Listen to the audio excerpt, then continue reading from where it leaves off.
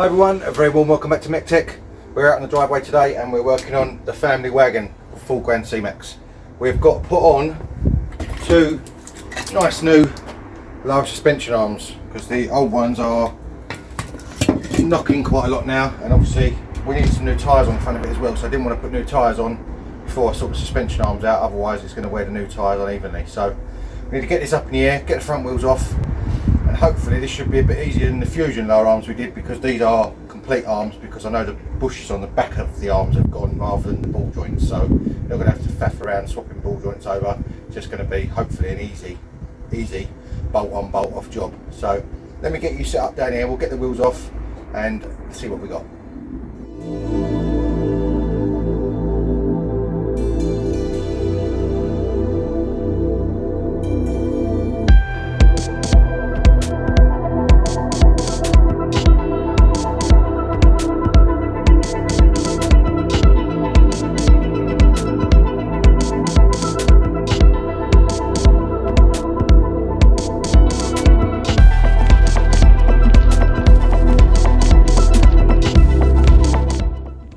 Okay, with the wheel off, obviously I've got the new lower arm laying here. Now you can see the bush on the back of this one. That is what is going, or gone I should say, on the old one. You can see, if I show you under here how cracked it is, and it's racking about in that socket there, no end, and making the steering all wobbly. So that is the reason we're changing them. There's two bolts, you probably just saw that under there. There's two bolts that end which hold it on. There's one bolt which is nestled in here, which basically just goes through one bolt, and it's in a captive nut, I believe. I'm hoping it's a captive nut, otherwise I'm going to have trouble getting to the other end of it. And then obviously we've just got the ball joint this end, which has got a pinch bolt going through it, same as you would normally have. Now the only issue I can see at the moment so far is you can see these two holes here on that new lower arm. That is a provision for that bracket there, which is the, I believe it's the leveling sensor for the headlights. Because this has got xenon headlights, they have to be at a certain level, so obviously don't blind people coming the other way. So obviously when the car suspension goes up and down, it is constantly adjusting the headlights, I assume, to obviously keep them at the right height. Now obviously that's bolted into that lower arm, and on the new one there's no thread, so I'm not 100% sure how that's going to fit in at the moment. I may have to put a riv nut in it or something like that. So that is going to be my first port of call. I'm going to unbolt that little 10mm, I think that's a 10mm, either a 10 or an 8, and it might be an 8, and take that off and see how that bolts in, and then obviously we can make this one the same whilst we've got it off the car, because otherwise it's going to be more of a pain trying to do it while it's on the car. So I'll get that off and I'll come back to you in a second. Right, having got that unbolted, as you can see, it's exactly what I said. There's a riv nut in the hole, so I want to hopefully go into my stash of riv nut stock, and hopefully I'll have one the right size that's going to fit that bolt and hole. I think I have, so I'm going to get that obviously put in before we put the arm on, because there's no way you're going to get a riv nut tool in there. You can see how much space there isn't. There's not a lot of room in between that and the drive shaft, so at least that is what they did before. I could only assume that obviously this arm is made for all Grand CMAXs, which means that some of them may not have that option on them because they won't have xenons, so that is why they haven't all got the riv nut in there, and you have to put it in separately. So I'm going to go and sort that out, and then we can start unbolting stuff. Right, there we go. As you can see, I've got the riv nut tool out, and I've got my little box of riv nuts out, and lucky enough I have got the right size. You can see that hole there, it fits straight in, so that is absolutely superb. So some of you would have seen me use this riv nut tool before. Basically it's like a normal rivet with a threaded centre. You wind it on like that, not too far, put that in the hole and just squeeze it together, and hopefully I've got the right hole. I think I have.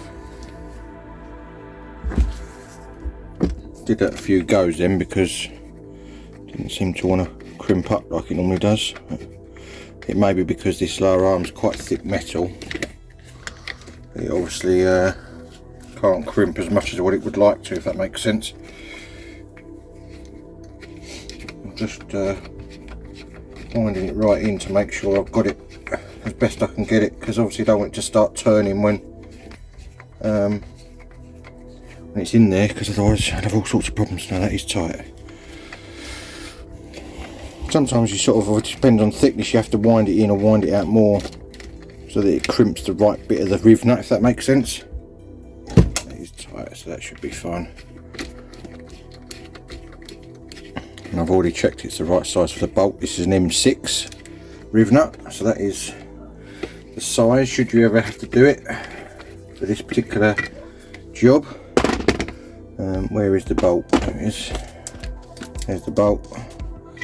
And there's our threaded thing. Job done. So now we can get this lower arm put on the car.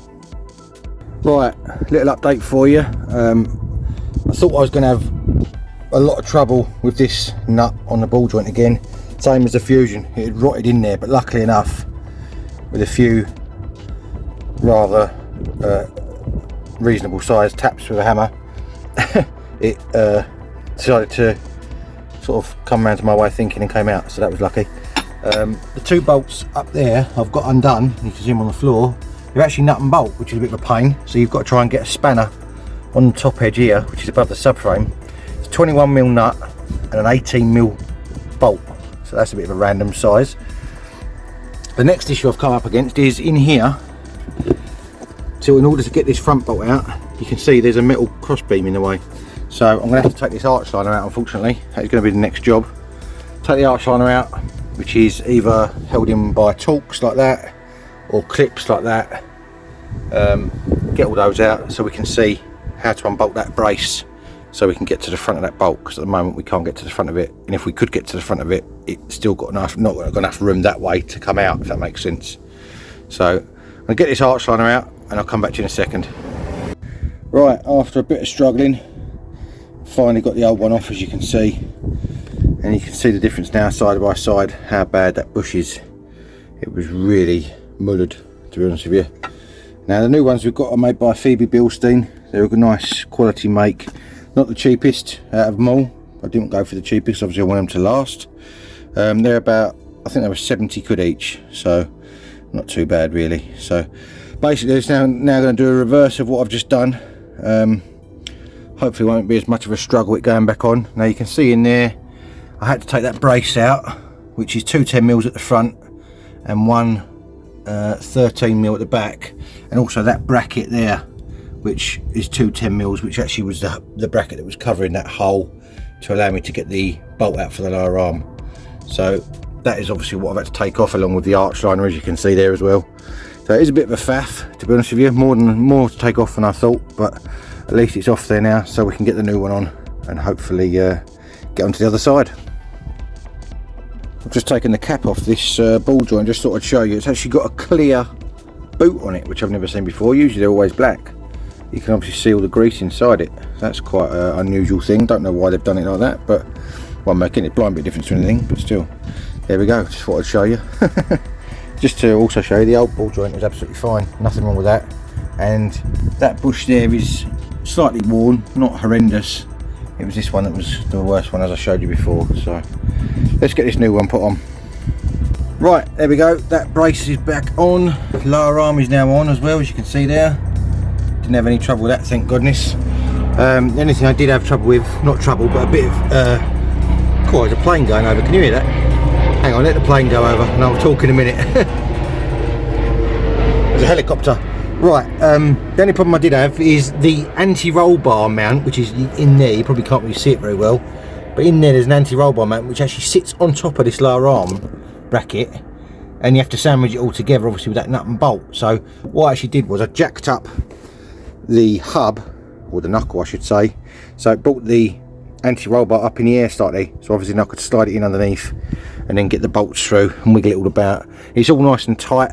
You can see now there's no play in this at all. Before, you can actually wiggle the whole, I mean obviously the disc's moving a little bit, but you could wiggle the whole hub left and right where that bush had gone. So got the new obviously the riv nut doing its thing in there, that's all bolted up as well, so that is all good. As I said, two 10mm on the front of this, two 10mm on the bracket, one 13mm that goes up through the middle of it for that brace. So now all I've got to do on this side at least is put the arch liner back in, which is a load of Torx and a load of clips, and then we can get cracking on the other side. Hopefully the other side will go a bit quicker now I know what I'm doing, because obviously the first side always takes a bit longer when you're working out obviously what goes where and all the rest of it. So yeah, top banana, let's carry on. Right, there we go, arch liner is all back in. You're probably just about to see that in there. Wheel is back on. Mrs. MEC-TEC's happy. And now I've got to do it all again on the other side. Woohoo! Marvellous. Let's crack on. Rightio, as you can see, we are now on the other side of the car. And I think now I know, obviously, what's got to come off. The first job's going to be to get this arch liner out before it rains. It looks like it's going to absolutely hammer down, which is not ideal.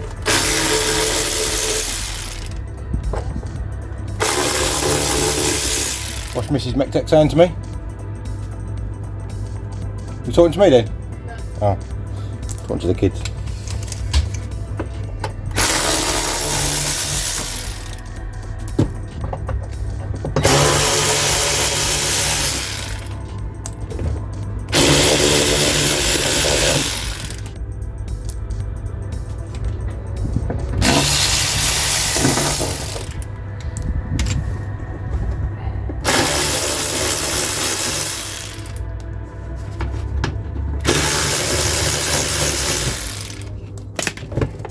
All the torques out, just got to get the clips out now, which we need a little flat-headed screwdriver for. These do tend to snap, unfortunately, so to be a little bit careful with them. You still reuse them if the heads do snap off. You just push the pin back in the middle, but obviously if you can get it out as they are, then it's better. I've got a feeling I'm going to have to set up a tarpaulin out here in a minute, because it looks like it's going to absolutely hammer down.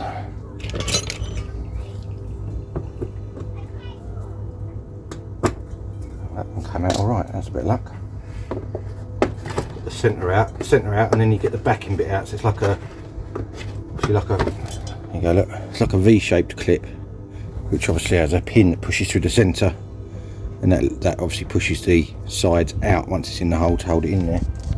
Standard thing, you know. Set off. What's holding that now? There's one more clip there I've missed, one more torques I should say. That's that off loose. Now I've got 3 clips over this side. You can see that on camera, here you can.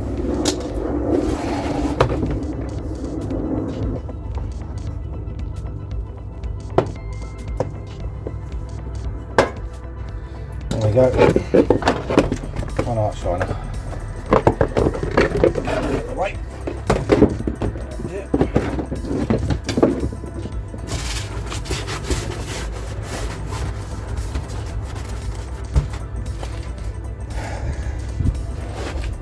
Right. So now we know we've got to get this cross beam out first of all. 2 10mm at the front. Hopefully it'll come out as easy as the other side did.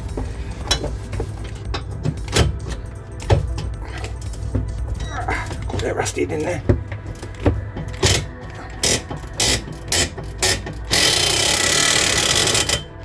The old electric ratchet's struggling a bit. Let's get a bit of WD-40 on that before it snaps.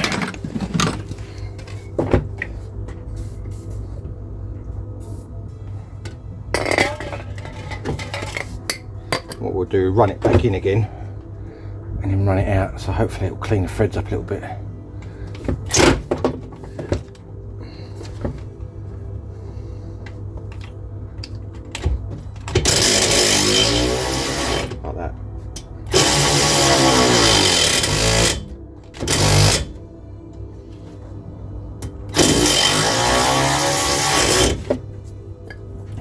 Bit more stuff.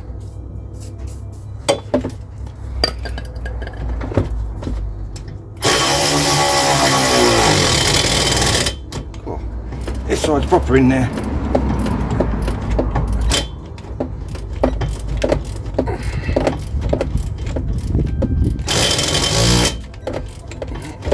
Cool. There we go, got it. Bit of working in and out. See how rusty that was. I'm guessing the other one's going to be the same. Yep. Give it a spray again.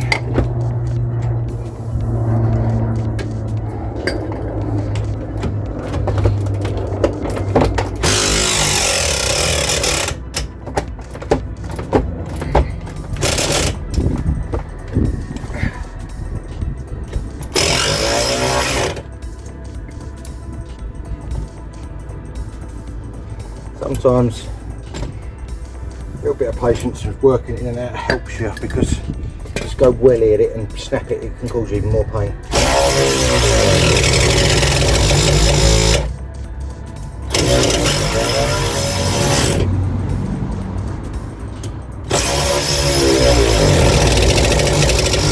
It goes a little bit further every time. It gradually breaks through the rust in the thread.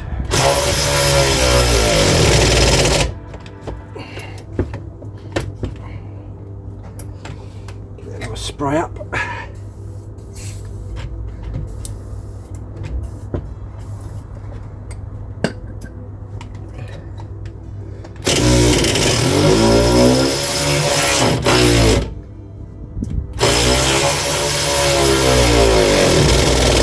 These probably haven't been off of here since the car was new, because this is the original lower arms on this, so was it 2012, 10 years?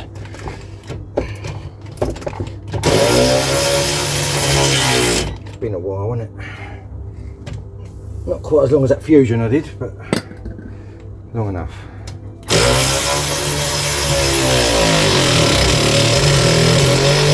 on.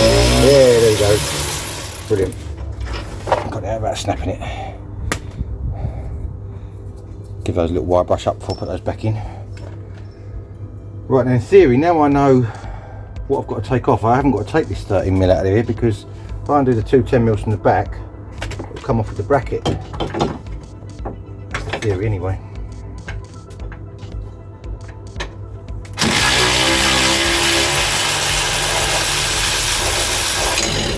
One.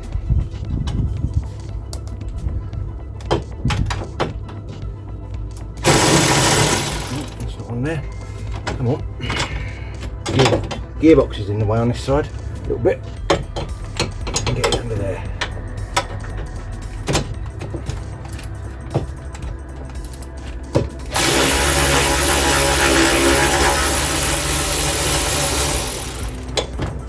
There we go. That's that one out.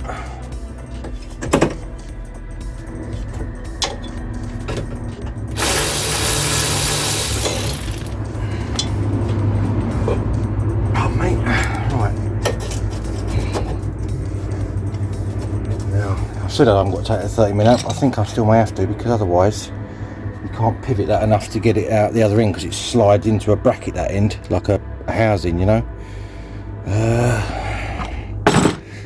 13mm, I forgot that. Spray up while we're here. Make that coming out. Oh, that's in it.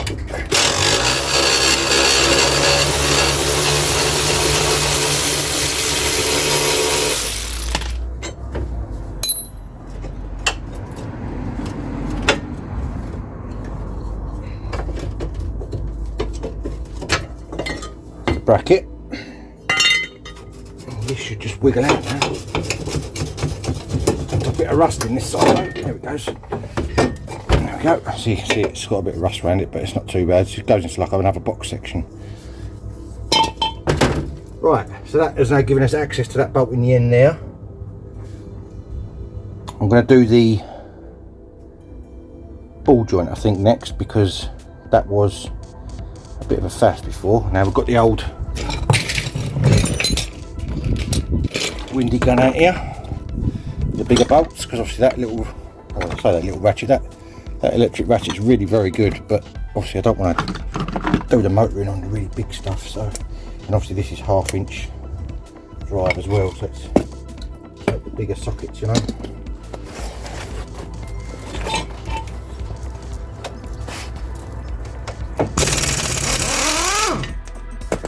Nut's the easy bit, because the nut always comes out. It's the bolt that's going to be the one that's going to get us. Let's see if we can turn the steering a bit like that, give us a bit more access. Now what I did last time, I wound the nut back on probably about 4 or 5 threads, so that there was effectively like a recess in the middle for me to get a punch in, so that it wouldn't slip off the end of the bolt. So I'm actually hitting the end of the bolt rather than the nut, so it won't damage the thread. Let's see if this one comes out any easier than the other side.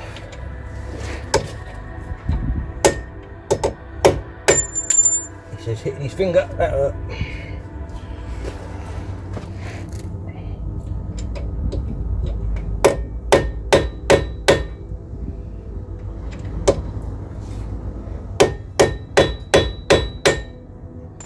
Again, it's proper in there. Let's get a longer punch so I can give it a bit more welly.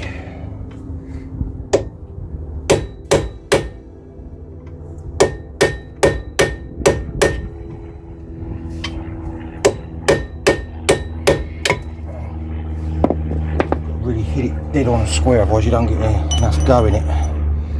I did use a bit of heat on the other side first of all. Whether that did anything or not, or whether it was just because I changed the steering angle slightly. It's all cooled up. It did take a little while before, so I may have to come back to you in a second. Right, after a lot of hammering, we have our prize. You can see all the rust and gunk that was built up inside there. So obviously that was what was stopping it from coming out. So we've overcome that. Now that's out, we can obviously then get these back bolts undone now. We've got one at the back there. Hang on a minute. See if this comes out any easier than the other side did. What I had to do before was wait for the air compressor to recharge fully. So, because obviously the line's coming right from the back of the garage, so it's coming a long way. And then that then allows it to have a bit of extra oomph to undo that bolt.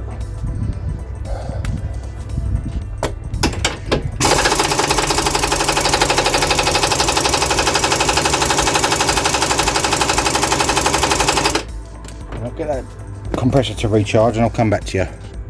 Right, got the compressor going, as you can probably hear in the background. I'm going to give this another go, see what it does. There you go.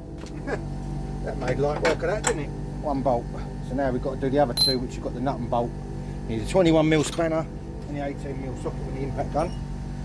See if we can do these while we're on camera as well. This is without kicking the camera over.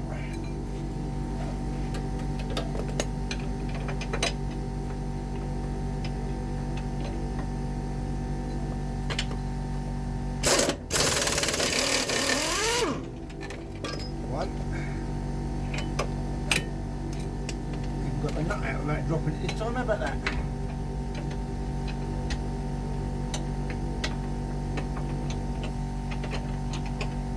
This back one's the fiddliest one out of them all because you can't get in there very well. Let's get on the nut. Just about get on it.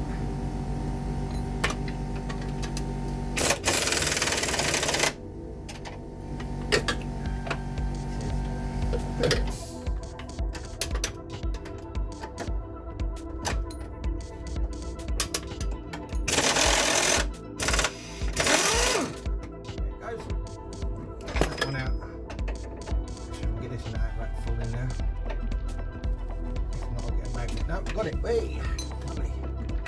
Right. So the next hardest bit now is actually getting this ball joint out of the taper, because obviously that's been in there for as long as the bolt has been in there. So I've got a special socket which I'm just looking for because I can't see it right this second. There it is. And basically what it is, it's like an oblong socket with rounded corners. And you put it in the gap and then obviously turn it slightly, and that opens up the knuckle where the taper goes into the ball joint, and obviously allows you to knock it out a lot easier than what it would if you was just trying to do it without doing that. So let's see if this works. The only downside to this is there's like a metal guard that goes over the ball joint, or the groove between the ball joint and the thing. You have to just sort of tweak that out of the way slightly, but it's very, it's only like a bit of tin, so it goes back easy enough.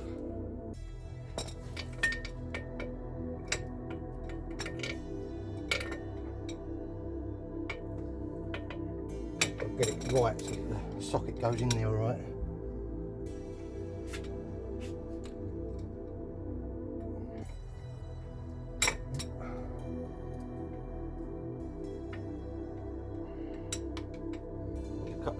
with a hammer.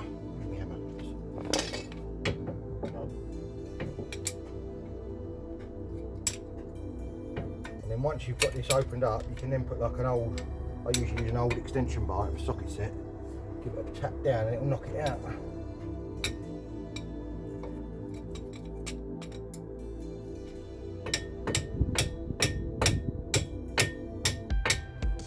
It's in there now, so that should open that up. Release that ball joint a bit. Now I can use an old extension, as I said, or even a crowbar like this one. Give it a clump, it should knock it out.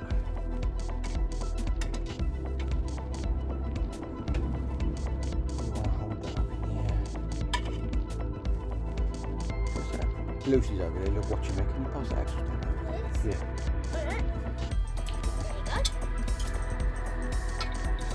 And the rest of them in there.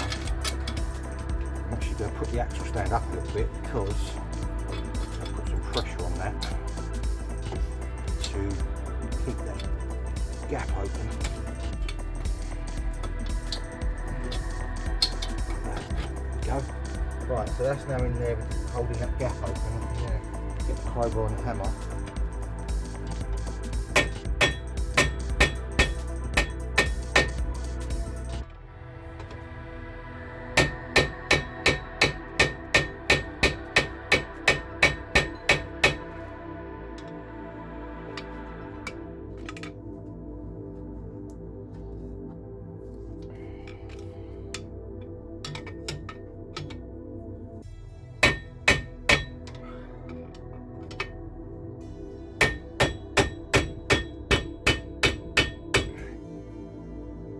Going.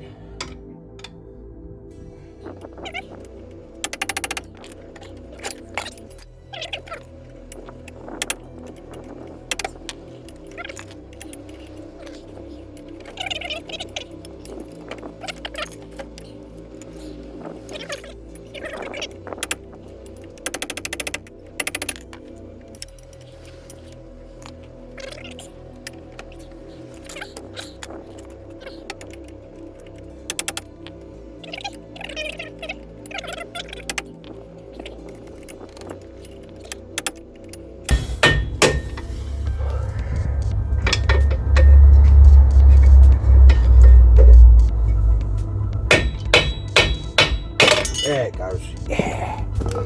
Lovely. Right,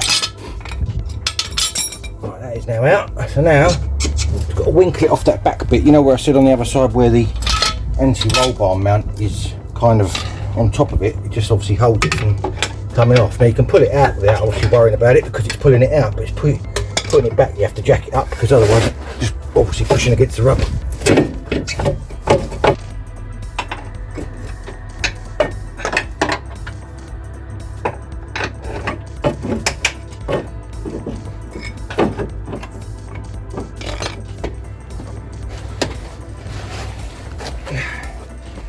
So close. I have to do what I said and jack this up a little bit so that it's, you know, ideally you don't want to be jacking it up on the brake disc, but we're not putting a lot of pressure on it, we're just taking the pressure off that anti-roll bar.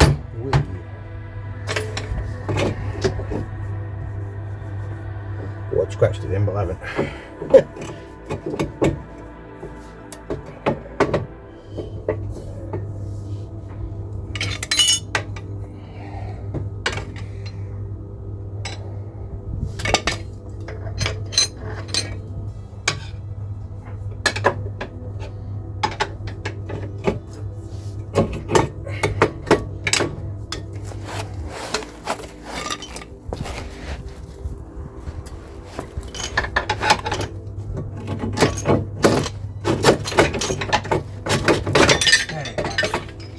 What a difference having that jacked up makes, and that is your lower arm out, and this bush is just as knackered as the other one.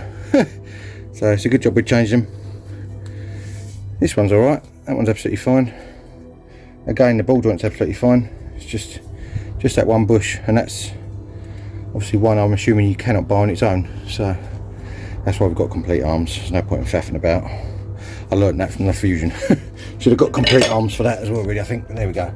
Right, I'm gonna go and get the new arm. In fact, I've got it here, and we can start by putting that riv nut in, same as we did on the last one, and then we can get it put on.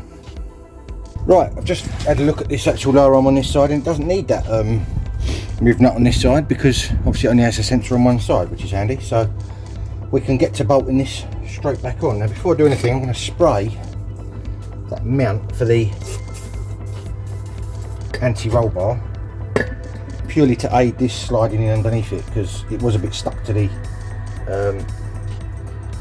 rubber before. So I'm just going to basically reverse what I've just done and hope that it all goes back together as easy as it came apart, because this side definitely was easier than the other side, obviously because I knew what I had to take off and where. Obviously it's always quicker when you know, isn't it? So this has probably taken half the time the other one did, which is great. So right, just going to work out how I'm going to do this, because I need to get this in here before I can jack it up really, at least a little bit anyway. So that can go in.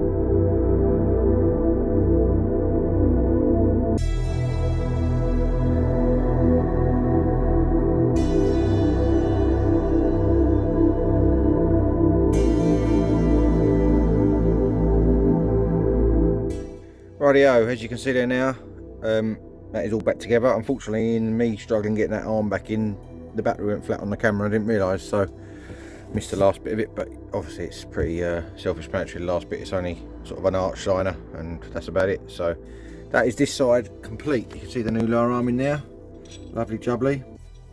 It looks like it's about to absolutely hammer down. So I'm going to get all this put back together as quick as I can and get all the tools in before it starts raining. Right then, that is going to be it for this episode on MEC-TEC. Another job completed and off the list. I've still got a long list to go, so it's never going to end. But at least the CMAX, which is obviously the family car, is going to be driving better and safe. And now we can get some new tyres put on the front of it so they won't get scrubbed out by those lower arms being moving about and all the rest of it. So that is absolutely superb. Now, One thing to note, if anyone out there is interested, this is actually going to be up for sale in the next couple of weeks. We've actually got another CMAX coming, but a newer one. So if anyone is interested, this is going to be up for sale. It's a Grand CMAX 2-litre diesel titanium X with all the options on it. 18-inch wheels. It's going to have 2 new front tyres. Obviously you've just seen it's had 2 new front lower arms. It's had a service fairly recently in one of the other videos. So yeah, it is good to go. As I say, it'll probably be available in the next couple of weeks, fingers crossed. So if anyone is interested, send me a message on the old messages down below, comments down below, or if you can DM me on Instagram, MEC_TEC1985, or Facebook, MEC-TEC. They're my 2 pages. Obviously you'll get little sneak peeks during the week of what I'm up to as well on there. If you do like what you see, maybe consider hitting that subscribe button down there, and obviously ring the little notification bell. It'll tell you every time I upload a video. I'm sorry if I'm covered in dirt, but it's proof that I've been doing the work and no one else has. I've probably got it all over my face, but I haven't looked, to be honest with you. So anyway, it is what it is. So if you want to join me soon for more automotive adventures, I'll see you again next time. Cheers guys.